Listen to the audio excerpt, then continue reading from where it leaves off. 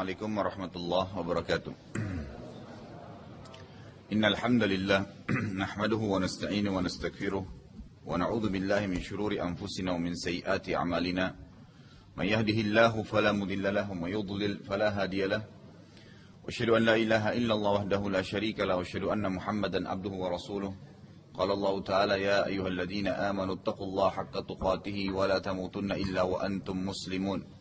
وقال عز من قال يا أيها الناس اتقوا ربكم الذي خلقكم من نفس واحدة وخلق منها زوجها وبث منهما رجالا كثيرا ونساء واتقوا الله الذي تساءلون به والأرحام إن الله كان عليكم رقيبا وقال عز وجل يا الذين آمنوا اتقوا الله وقولوا قولا سديدا يصلح لكم أعمالكم ويغفر لكم ذنوبكم ومن يطع الله ورسوله فقد فاز فوزا عظيما أما بعد فإن أصدق الحديث كتاب الله خير حديث محمد صلى الله عليه وسلم وشر الأمور محدثاتها فإن كل محدث بدعة وإن كل بدعة ضلالة وإن ضلالة في النار.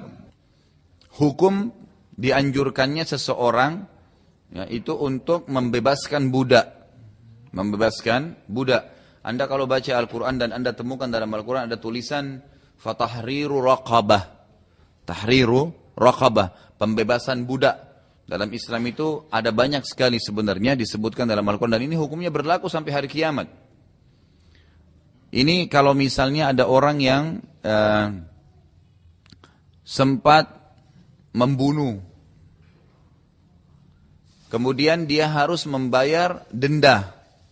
Dendahnya itu diikutin dengan pembebasan budak kalau dia miliki. Atau seseorang berhubungan suami istri di siang Ramadan. Sementara puasa, maka juga ada perintah untuk membebaskan budak. Kalau mereka tidak mampu, maka bisa dengan puasa 2 bulan berturut-turut.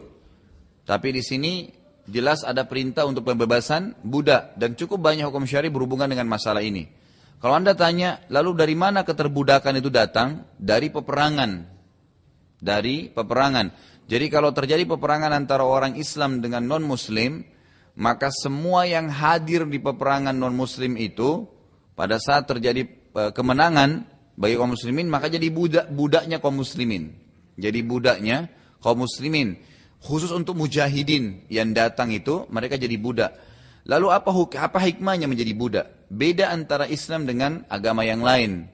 Kalau agama yang lain atau hukum suku, ya, atau bangsa-bangsa umumnya, itu kalau mereka menang di peperangan dijadikan budak, itu tidak ada nilainya sama sekali budak tersebut. Pasti mereka jadikan budak, gitu kan?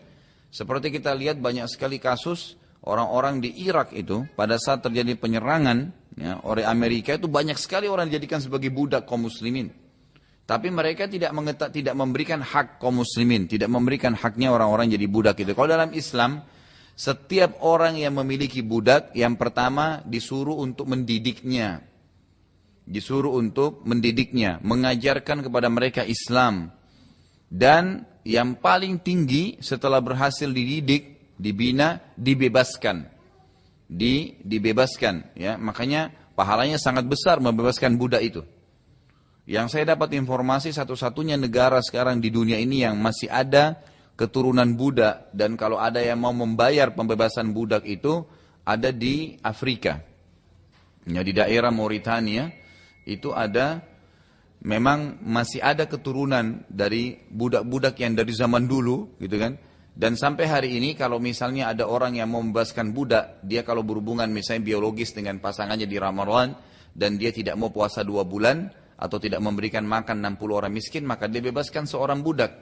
Dan saya disampaikan oleh salah seorang masyayikh, salah seorang ulama di Saudi yang mengatakan, kurang lebih nilainya 10.000 real. Ya kalau kita sekarang sekitar 25 juta rupiah pembebasan budak itu. Jadi hukum ini masih ada dan masih berlaku. Hukum ini masih berlaku dan sampai hari kiamat berlaku itu. Sampai hari kiamat berlaku. Selanjutnya adalah Zaid bin Harithah ini tumbuh besar di rumah Nabi SAW. Pada masa perintah dakwah datang, langsunglah Nabi SAW mendakwai yang paling pertama Khadijah istrinya yang langsung masuk Islam. Dan beliau adalah wanita pertama masuk Islam. Kemudian Zaid bin Harithah, ya, budaknya beliau, yang akhirnya beliau bebaskan juga didakwai dan langsung masuk Islam tanpa ragu. Lalu beliau menuju ke orang yang ketiga, Dimasuk Islam kan adalah sepupu beliau sendiri, misanan beliau sendiri yang tinggal di rumah beliau, yaitu Ali bin Abi Thalib radhiyallahu anhu.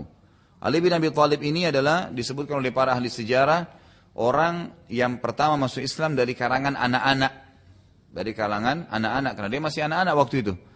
Dan sudah pernah kita jelaskan waktu Abu Talib, ya, waktu Abu Talib itu sudah waktu Nabi SAW sudah mulai dewasa dan sudah punya banyak pendapatan, sudah mulai bisnis, maka beliau Nabi SAW dan beberapa keluarganya yang lain sepakat untuk meringankan bebannya Abu Talib dengan mengambil anak-anaknya.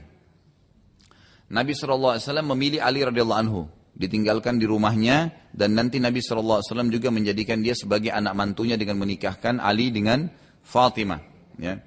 Dan Ali ini radhiyallahu anhu adalah termasuk orang yang pertama masuk Islam dari kalangan anak-anak, dan beliau juga termasuk kata para ulama orang yang besar di rumah Nabi Sallallahu Alaihi Wasallam. Tentu saya katakan tadi kisahnya itu di akhir-akhir hayatnya Abu Talib, itu sempat Abu Talib timpa kemiskinan dan ia memiliki banyak anak, maka Nabi Sallallahu Alaihi Wasallam sepakat dengan Abbas. Ya. Abbas ini juga saudaranya Abu Talib, paman Nabi Sallallahu Alaihi Wasallam, dan beberapa keturunan Abdul Muttalib untuk meringankan beban Abu Talib, dan akhirnya mereka memilih ya anak-anak dari Abu Talib untuk dibesarkan, ya, untuk dibesarkan di rumah masing-masing. Dan Nabi SAW akhirnya memilih Ali radhiyallahu anhu. Tentu kata para ulama, dengan terpilihnya Ali oleh Nabi SAW dan akhirnya tinggal ya di rumah Nabi SAW dan tumbuh besar, itu sebuah karunia yang luar biasa. Karunia yang luar biasa bagi Ali ya. Ali bisa tumbuh besar di rumah Nabi SAW, di rumah kenabian, dibina di tangan Nabi langsung.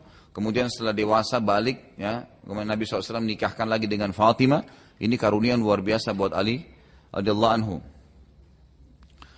Juga yang termasuk awal masuk Islam dari kerabat beliau adalah anak-anak beliau alaihissalatu wassalam.